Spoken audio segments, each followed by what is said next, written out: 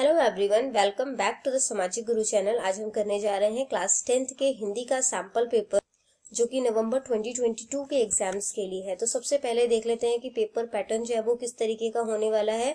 तो बच्चों, पेपर जो है वो आपका 38 मार्क्स का आएगा। ठीक है, 2 नंबर आपको हैंडराइटिंग के दिए जाएंगे, यानी टोटल पेपर जो है वो 40 मार्क्स का होगा। ठीक है, जो भाग क है उसमें आपको भाग क के पहले प्रश्न का पहला पार्ट जो है उसमें आपको बहुविकल्पिक प्रश्न दिए गए हैं। एक एक नंबर के 2 क्वेश्चन हैं। ठीक है, तो हिमालय शब्द का संधि विच्छेद क्या है? संधि विच्छेद में शब्दों को तोड़ा जाता है। ठीक है, तो हिम प्लस आल्य। नेक्स्ट है, निम्नलिखित में से हाथ का पर्यायवाची क्या है? पर्यायवाची मतलब उसका मीनिंग कह सकते हो आप लोग। ठीक है, या उसको और क्या बुलाया जाता है तो हस्त कह सकते हैं हम लोग। नेक्स्ट है, किसान संसार को समृद्ध कैसे बनाता है? तो किसान जो है वो संसार को समृद्ध अपनी मेहनत से बनाता है। ठीक है, बैजनाथ में कौन सी नदी बहती है? तो बैजनाथ में गोमती नदी जो है वो बहती है। ठीक है, नेक्स्ट क्वेश्चन है, उसमें आपको एक पद्यांश दिया गया, उसे पढ़कर आपने इन क्वेश्चंस के आंसर करने हैं। एक एक नंबर का क्वेश्चन है। प्रसून हमें क्या संदेश देते हैं? तो प्रसून हमें हंसमुख यानी कि मुस्कुराने का संदेश देते हैं। सौरभ शब्द का क्या अर्थ है? तो सौरभ का मतलब होता है सुगंध। निम्नलिखित रिक्त स्थान में उचित मुहावरे या लोकोक्तियों का प्रयोग करें। एक एक नंबर का प्रश्न है। ठीक है, तो विश्वासघात करने वाला मित्र मित्र न होकर क्या होता है? तो मित्र न होकर वो आस्तीन का सांप होता है। पुलिस को देखते ही चोर डैश हो गया। पुलिस को देखते ही चोर भीगी बिल्ली बन गया। ठीक है, नेक्स्ट क्वेश्चन है जिसमें कि आपको गद्यांश जो है वो दिया गया है। ठीक है, यानी आपको एक पैराग्राफ दिया गया है, उसको पढ़ते हुए आपने जो है किन्हीं 3 प्रश्नों के उत्तर देने हैं। एक एक नंबर का क्वेश्चन है ये। ठीक है, दुनिया की समस्त संपत्तियों में किसे श्रेष्ठ माना गया है?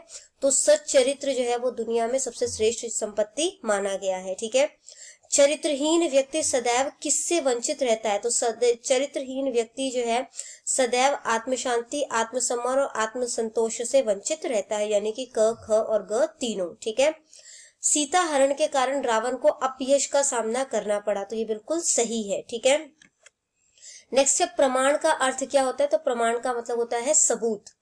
उपरोक्त गद्यांश का उचित शीर्षक चुने। श्रेष्ठ संपत्ति सच्चरित्र। ठीक है, अगला प्रश्न है आपका बहुविकल्पिक प्रश्न। एक एक नंबर के 3 क्वेश्चन है। अन्न और अन्य शब्द के समरूपी भिन्नार्थक शब्द के अर्थ चुने। अन्न मतलब अनाज और अन्य मतलब दूसरा। ठीक है, अपने में लीन। ठीक है, इसको हम क्या कहते हैं? आत्मलीन। एक शब्द चुनना था तो हमने चुना आत्मलीन। सूक्ष्म शब्द का विलोम, यानी सूक्ष्म जो है उसका उल्टा क्या होगा? स्थूल होता है। ठीक है, अगला प्रश्न है, निम्नलिखित बहुविकल्पिक प्रश्नों के उत्तर दे। साधु ने राजा को कौन सी वस्तु दिखाई? तो साधु ने राजा को तावीज दिखाई थी। ठीक है, बसंती की पड़ोसन कौन थी? तो बसंती की पड़ोसन जो है वो रेशमा थी। नेक्स्ट आ जाता है हमारा भाग ख। इसमें आपने किसी 2 प्रश्नों के उत्तर देने हैं 3 से 4 वाक्यों में। ठीक है, बसंती क्या सोचकर बेटे के साथ शहर आई थी? तो पड़ोसन रेशमा की बातें सुनकर बसंती थोड़ा डर गई थी। ठीक है, ये डर नहीं होगा, ये डर गई थी होगा।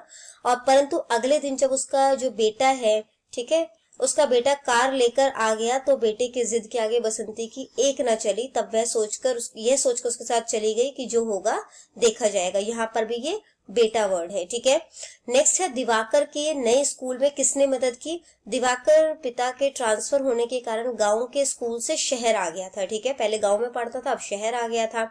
वहां शहर के स्कूल में वह स्वयं को अधूरा समझ रहा था। ठीक है, उसे कुछ अपने अंदर कमी लग रही थी। उसकी जो अपंगता थी उसे दूसरों से अलग कर रही थी। वह ना ही उनके साथ खेल सकता था और ना ही उनके साथ भाग दौड़ पाता था।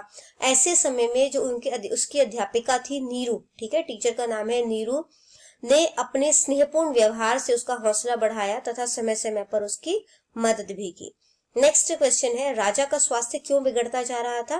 तो राजा जो है वो अपने राज्य में फैले भ्रष्टाचार से बहुत ज्यादा परेशान था। ठीक है, विशेषज्ञों ने भ्रष्टाचार को समाप्त करने के लिए बहुत बड़ी योजना तैयार करके राजा के आगे रख दी कि किस तरीके से वो भ्रष्टाचार को खत्म कर सकते हैं, लेकिन इसे लागू करना जो था वो बहुत ज्यादा मुश्किल था। सारी व्यवस्था उलट पुलट हो जानी थी। ठीक है, ये साड़ी नहीं होगा, सारी होगा। ठीक है, सारी व्यवस्था उलट पुलट हो जानी थी, जिससे और नई नई कठिनाइयां जो है वो पैदा हो सकती थी। इसलिए भ्रष्टाचार में ये वाला श आता है। ठीक है, षटकोण वाला श, ऐसा आधा श आएगा। भ्रष्टाचार का कोई हल न दिखाई देने के कारण राजा जो है वो चिंतित रहने लगा, जिससे उसका स्वास्थ्य जो है वो बिगड़ने लगा। नेक्स्ट क्वेश्चन है, सबसे पहले बर्फ दिखाई देने का वर्णन लेखक ने कैसे किया है?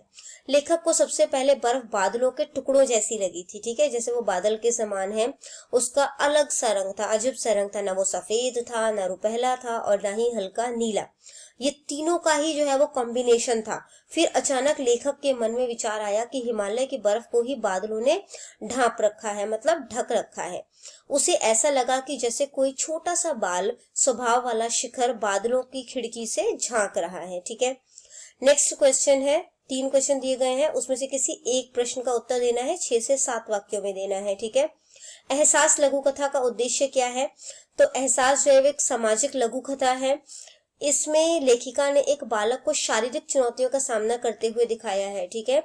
लेखिका प्रायः यथार्थ की पृष्ठभूमि पर अपने कहानियों की रचना करती है, मतलब जो प्रैक्टिकल है उस बेसिस पर जो है वो कहानियों की रचना करती है। मानवतावाद का समर्थन करना ही उनका प्रमुख उद्देश्य रहा है कि मानव का जो है वो समर्थन किया जाए।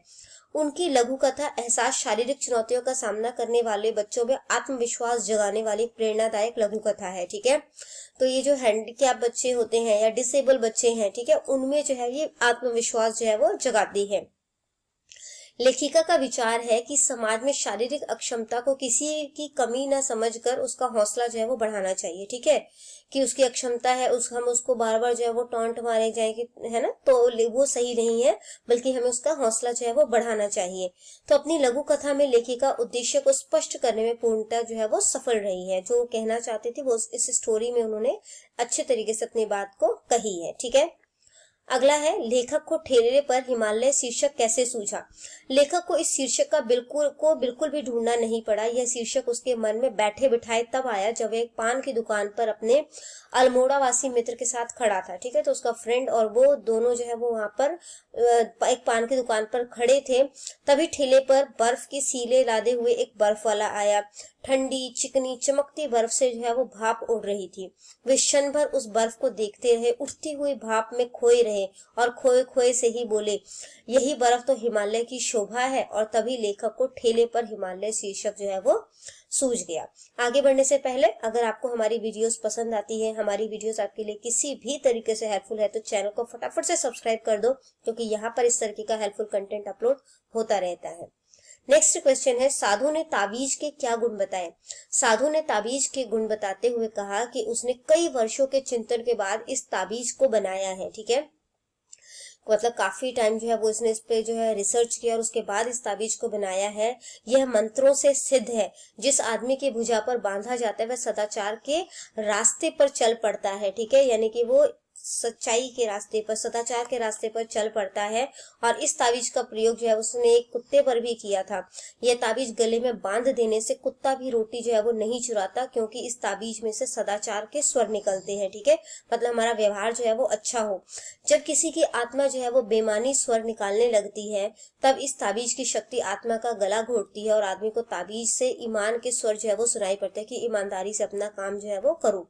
वह इन स्वरों को आत्मा की पुकार समझकर सदाचार की ओर प्रेरित होता है। उसको लगता है कि ये उसकी आत्मा की पुकार है और उसे सदाचार यानी अच्छे काम जो है वो करने चाहिए, और उसका आचरण जो है यानी जो उसका व्यवहार है वो शुद्ध और पवित्र हो जाता है। जो भाग ग है, 4 नंबर का क्वेश्चन है, इसमें पंजाबी से हिंदी में अनुवाद करना है, ठीक है। तो इसमें लिखा गया है, हमें अपने तन को स्वस्थ रखने के लिए कसरत की आदत जो है वो डालनी चाहिए, ठीक है, यानी कि एक्सरसाइज की आदत डालनी चाहिए ताकि हमारा शरीर स्वस्थ रहे। कसरत के साथ केवल तन ही नहीं, हमारा मन जो है वो भी अच्छा बनता है। जब तन और मन दोनों ही स्वस्थ होंगे यानी हेल्दी होंगे, तो हमारे मन में जो है वो अच्छे विचार आएंगे। अच्छे विचारों से ही हम अच्छे कार्य जो है वो करेंगे, ठीक है। नेक्स्ट आ जाता है भाग घ, इनमें से किसी एक पे अनुच्छेद लेखन जो है वो लिखना है, ठीक है। तो 5 नंबर का है, 3 आपको टॉपिक दिए जाएंगे, तीनों में से किसी एक को आपने अटेम्प्ट करना है, ठीक है। अपने नए घर में प्रवेश, या विद्यार्थी और अनुशासन, ठीक है। नेक्स्ट है कोचिंग संस्थानों का बढ़ता जंजाल। इसके बाद हमें जो है वो 2 लेटर दिए जाएंगे, कोई भी एक पत्र जो है वो आपने करना है, ठीक है। तो इसको जो है सबसे पहला जो पत्र आपको दिया गया है वो है बिजली की सप्लाई की कमी के संबंध में जो है वो लेटर लिखना है आपने, ठीक है। और दूसरा है बाल श्रम जो है वो एक अपराध है, इस विषय पर आपने समाचार पत्र के संपादक के नाम जो है वो पत्र लिखना है, ठीक है। तो यहाँ पर हमारी वीडियो खत्म हो जाती है। इनकेस आपको कोई भी डाउट है तो आप कमेंट सेक्शन में क्वेश्चन कीजिए, आपको रिप्लाई मिल जाएगा। ऑल द बेस्ट बच्चों फॉर योर एग्जाम्स।